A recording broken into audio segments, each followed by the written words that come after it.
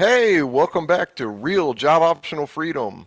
The real estate can be complicated. Let an investor guide you. We are here to demystify the complex nature of real estate by getting you answers from professionals who are in the trenches so you can be the hero of your real freedom story. Welcome to Real Money, a weekly segment of the Real Freedom podcast where we ask the most pressing real estate questions. I've got with me my co-host today, Kevin Gilbert, and I'm Chris Bell. And a topic that we're going to discuss today is uh, price increases for labor as we are seeing it as it relates to real estate as an investment. So that may be property managers, could be vendors, anybody that touches real estate as an investment and seeing their prices go up. So one of the topics that we discussed is vendors. We are basically seeing vendors across the board in multiple states raising their prices for their services. So whether that's your plumbers, your HVAC technicians, your electricians, your handymen, what have it, we're seeing price increases. And, we were to a certain degree thinking it was, oh, it's all these supply chain issues and materials have gone crazy, which obviously lumber has gone crazy and settled back down to some, relatively normal level. But one of the things we're finding talking to vendors is that their labor charges are increasing. So they're having to charge more to their customers so they can cover their labor cost, and it may have maybe an impact of the inflation in the U.S. economy. Um, but we wanted to talk a little bit about that, um, from Kevin's background and then some of what I'm seeing on a day-to-day basis. Maybe we could share some insight on that. Kevin, what are you seeing? Well, you are seeing costs increase, right?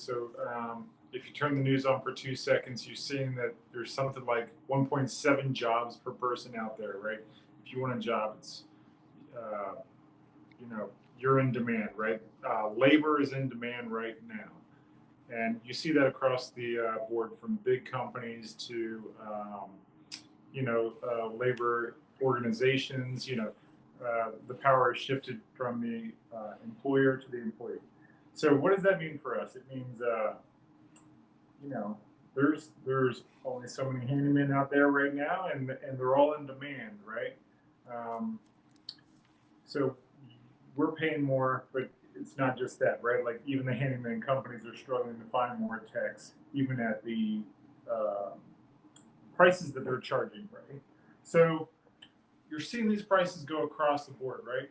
And you talk about inflation. What does that manifest? Yeah, cheeseburgers is more expensive, and Apple is more expensive, but also the cost of all your goods, services, and staff is going up, right?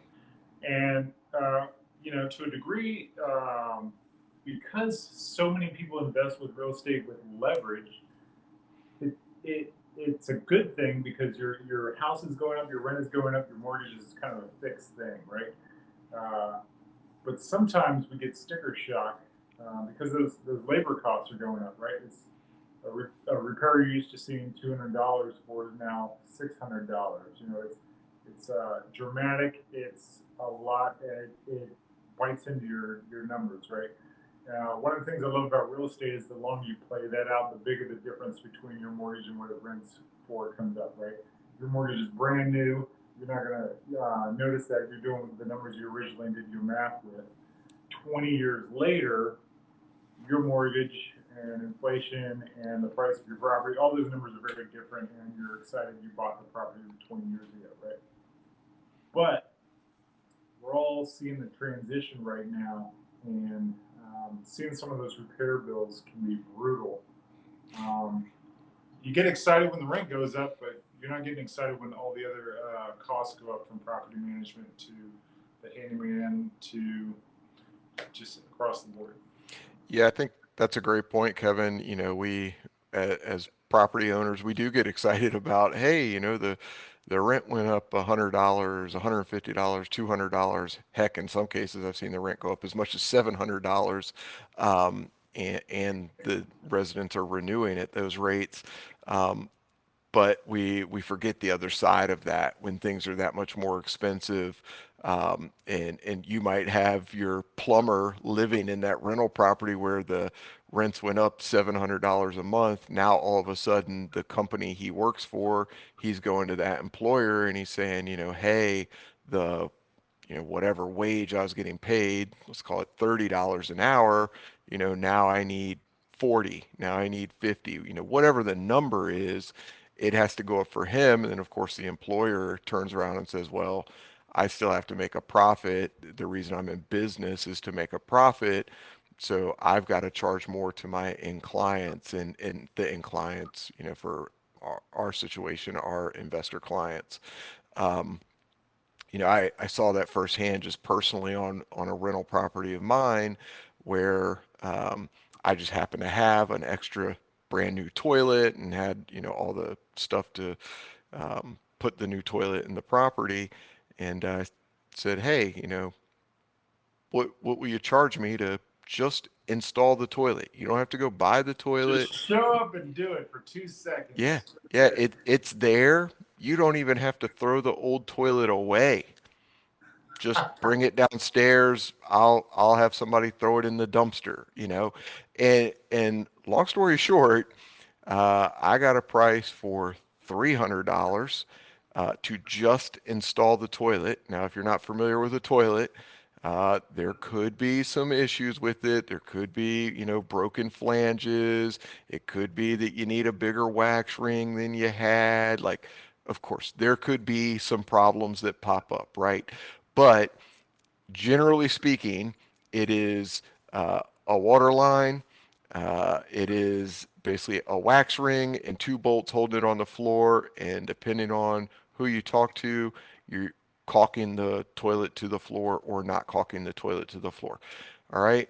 So we're talking about an hour's worth of work for somebody that knows what they're doing. And if they know what they're doing, they're probably doing it in 15 minutes, to be truthful. Um, so long story short, I got a quote for $300 and I said, no thanks. I said, I'll get another quote. Next quote I got was for $350 and I said, oh my goodness, like what am I missing? I'm missing something. So then of course I said, okay, well I'm going to contact, instead of a plumber, I'm going to contact a handyman.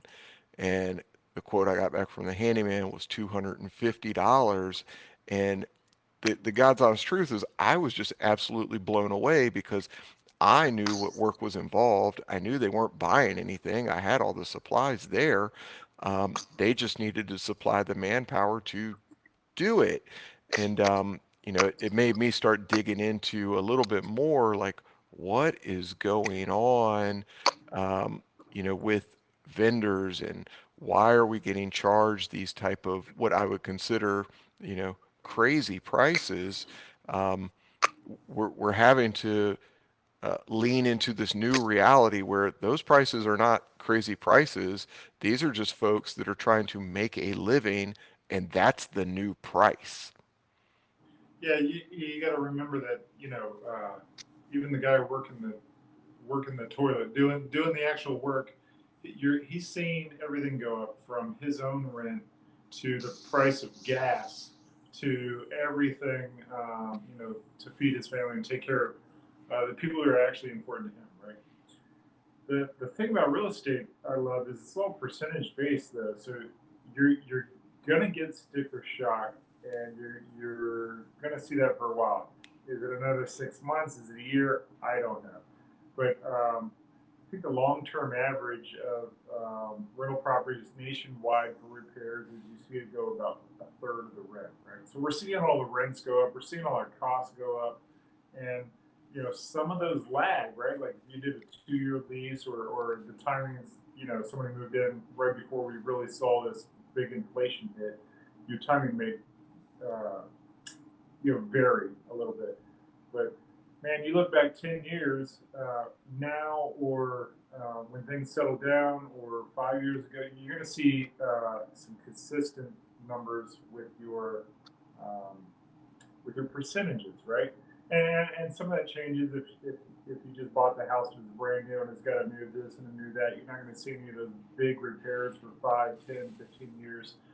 But man, if you got 100 houses, you're paying way more attention to the averages than you are if you have one. One, everything's important to you. From if it's vacant, your income's at zero, right? It's not a 1% move; it's 100% move, right? So your AC breaks. It's not a small deal. It's percentage wise, it's huge.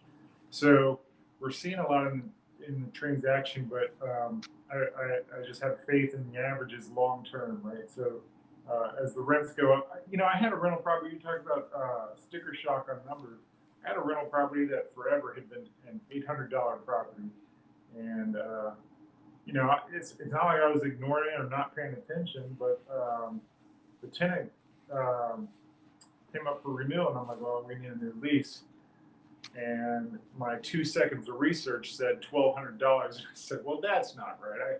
I can't do this at a red light. Um, and there was some miscommunication, and one of the staff sent an email to the tenant going, "Your new rent is $1,200." And I'm like, "Well, you sent that? That wasn't supposed to happen." And they, of course, had sticker shock and moved out before the problem could be solved. And so, of course, now we're looking for a new person. And son of a gun, if that wasn't the actual market rent, you did the actual research, and you're like, this $800 property is now going for $1,200, and it blew my mind. It's still blowing my mind. I got a big fat pile of examples of that kind of stuff now, where properties that forever were going for a certain price range are now, from my perspective, gone through the roof, right? But if you look around there, it's very consistent. Everything has gone up a certain percentage, as has all those numbers, right? And apparently, everybody who lives in that same community, all those handymen, they're all seeing the same change. Their rent too has gone up. So it's blowing my mind. But I think 10 years from now, all those percentage numbers are going to hold true. Whether the rent's $2,000 or $200,000, I don't know. But I think all the percentages will hold true. Yeah, so is that how you look at this and try to plan for this? As you say, um, what is the average inflation over a long period of time? And then that's what you need to factor in. Like, basically your expenses are going to rise by whatever the average inflation is, because you've got uh, that on the labor side and on the supply side. Yeah, yeah. It's painful at times when you get the bills, right? And it's exciting at times when the rent goes up or the income's coming in consistently, and you're looking at your numbers at the end of the year. Um, but yeah, we're seeing all those actual dollar values change across the board. Um, and the handyman stuff, the gas prices is a big deal, um, and the shortage of labor. So you're looking at a couple of components that we might be looking at it for a while. I don't know that it'll be a consistency of the market long term, but short to medium term, it's definitely some sticker shock when you're like, I need to drive to the property and spend an hour there. Well, my time is this, the gas is that, and here's your gigantic bill, and it blows you away a little bit.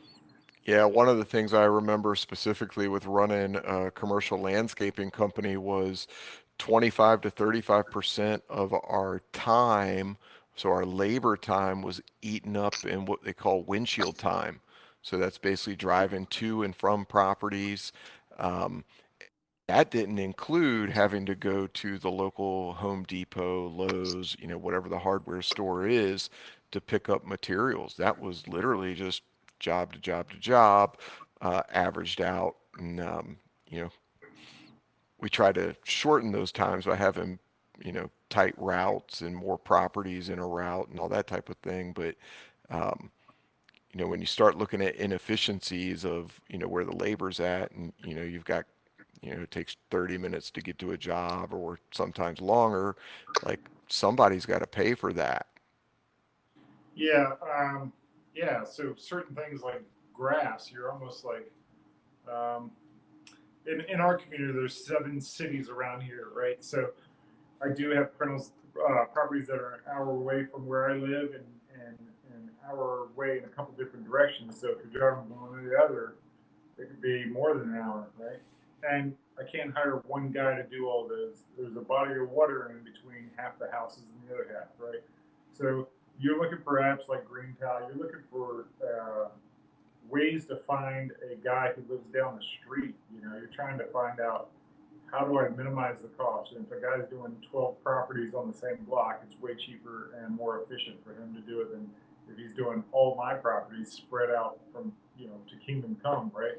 And you're doing your best and you're fighting that stuff, but at the end of the day, you know, you need your toilet installed, right?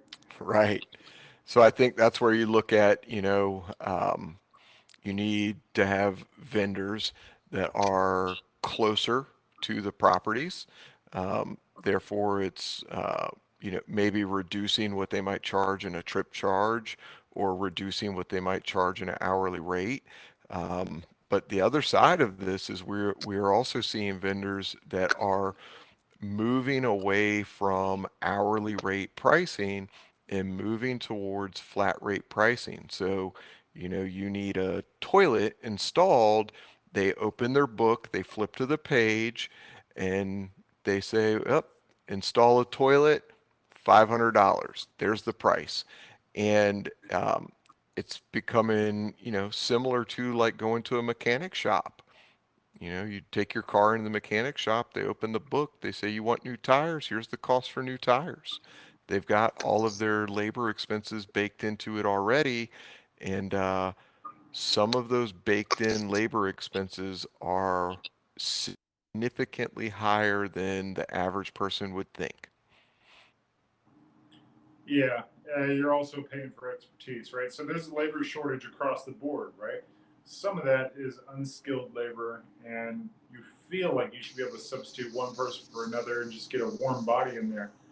Other things like these maintenance guys, it's not just, a pair of eyeballs and a pair of hands. It's an actual skilled that you require, right? So, man, it's just, we're feeling it. We're feeling it. But yeah, it's amazing at these interest rates and at these prices, it still works. Like, we're still seeing the rents go up to correspond. We're getting sticker shock, right? But I think in the long term, we're still going to see all the percentages hold true. But uh, you know, people use it as an excuse to shy away from real estate, and I don't know that that's valid. So. Yeah, and I think, just from some of the studying I've done on wages and how that relates to housing cost, I think I look back at 40 some odd years of minimum wage charges and how that related to the average rental rates in the United States, and it holds a pretty close ratio throughout time, regardless of what the minimum wage is. And, it's just alluding to, some of the states that have already enacted new minimum wages or minimum wage hikes. You'll see them come over the, next several years. Um, you could almost predict with some level of certainty what the rental prices are going to be in those markets based on wages. So, basically as wages increase, therefore has real estate rents have also increased. And And it makes sense because, 2 kids working in a McDonald's will make so much a month, right? Whether it's 10 years ago, minimum wage was $5, or now, let's say it goes to $30. If a guy and a girl, a boyfriend and girlfriend, or a husband and wife, if 2 people can work a minimum wage job, and a fourth of that number, that's probably going to be what the rent is, a third to a fourth of that number, because you're looking at an entire community, right? You're like, if you can start here, well, if somebody's getting paid more than minimum, they're going to be here. You can almost build your entire economy's rent rate based on what the community is able to afford, right? And you can see that across the board. Uh, you know, the manager's going to make percentage wise this much more. You're going to see those neighborhoods percentage wise that much more, because you think on the entry level low end properties, um, those two unskilled workers are competing with other households that have two unskilled workers, and then you build your entire community on top of that, right? The people who are in a slightly better neighborhood are competing with other people who are earning a similar income, and then you go all the way to the top of your community, right? Whether it's California or in the middle of nowhere in the mountains of West Virginia, this stuff holds true. You can look at the community size, study your community, how it's growing or shrinking, how many people are there, and how many houses are available. Yeah, I think this, not to derail our topic here, but I think maybe another topic for a podcast for us is the real threat of rent control because of what we're seeing in the housing market. And, basically as landlords increase rents and charge more and people cannot afford that, choose not to afford that, um, if and when it creates any kind of homelessness issues where cities have to get involved to help that, um, as landlords, we could potentially have a problem on our hand. And a lot of studies have shown that rent control is not the answer, but maybe that's a topic for a different discussion. I did want to share one of the local franchisees that runs a service-based handyman business shared with me what his labor numbers were and kind of how they've increased over the last I think 7 years. So basically, it was telling me that when he started in 2015, he was charging $94 an hour for his labor. So he was billing time, and he was charging a $35 trip charge. And that basically afforded him about a 23% profit. And of that percentage, a big chunk of it has to go to the franchisor because he's paying royalties, right? So, the guy's not putting all of that in his pocket, but, he is getting a decent chunk, probably 15, 17% range profit margin, which by most company standards, people would say that's fair. And then over 7 years, he's had to raise his pricing to $112 for the labor hours and $60 for the trip charge. So the labor hours have only gone up, roughly 16% over a 7 year period. So not too bad. But his trip charge has gone up about 48% over a 7 year period. So all told, if you combine the two together, he's basically having to raise rates at about 3.5% per year over those 7 years. Now, granted, he didn't raise them exactly 3.5% each year. Um, some years he kept it the same. He didn't have to move the needle at all. And then other years he's had to move it significantly more to basically maintain his profit numbers. And, I was just thinking about that. It's, these are skilled labor.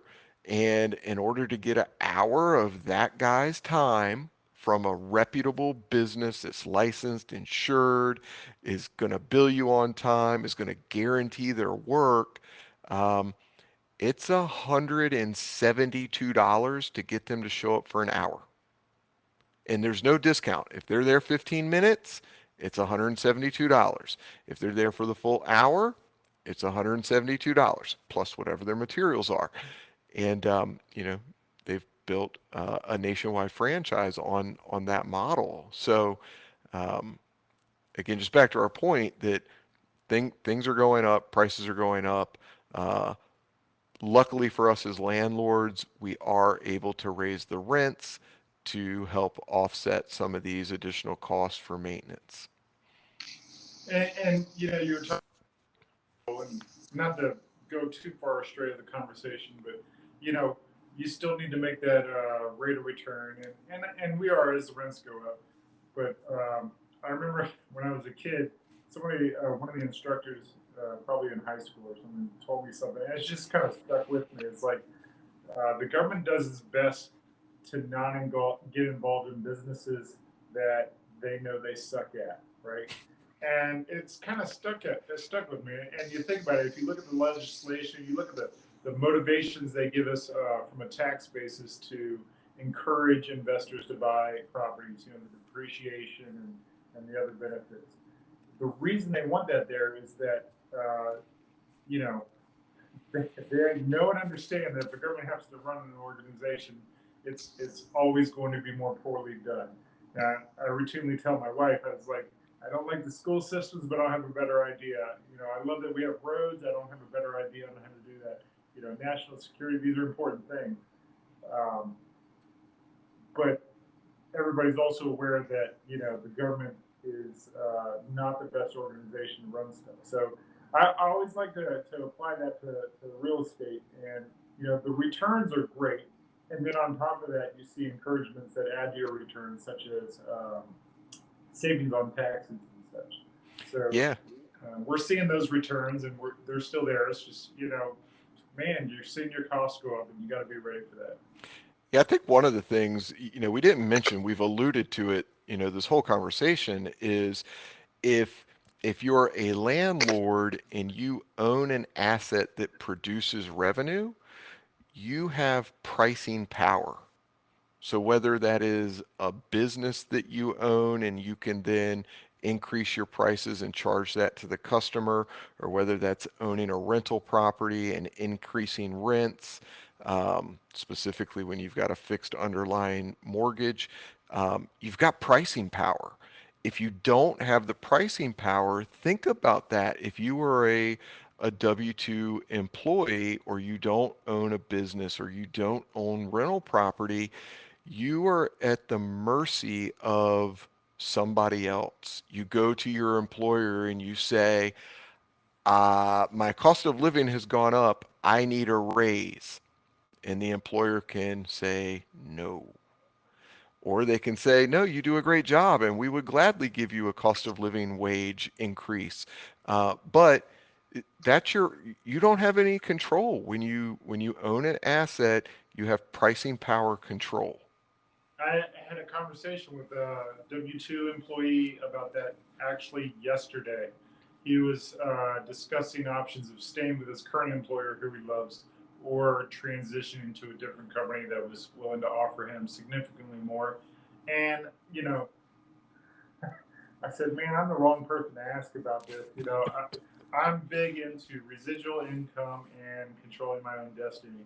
And that's one of the things about real estate is, you know, I, I was able to tell them, like, if I don't feel like showing up on a Tuesday, or I'm going to take a month-long vacation, either way, um, my my assets and my income are not dependent on my daily, showing up there. Right now, the other side of that is I do love the control that you have over real estate as opposed to a stock. Stock, you can buy it or sell it. That's your only option.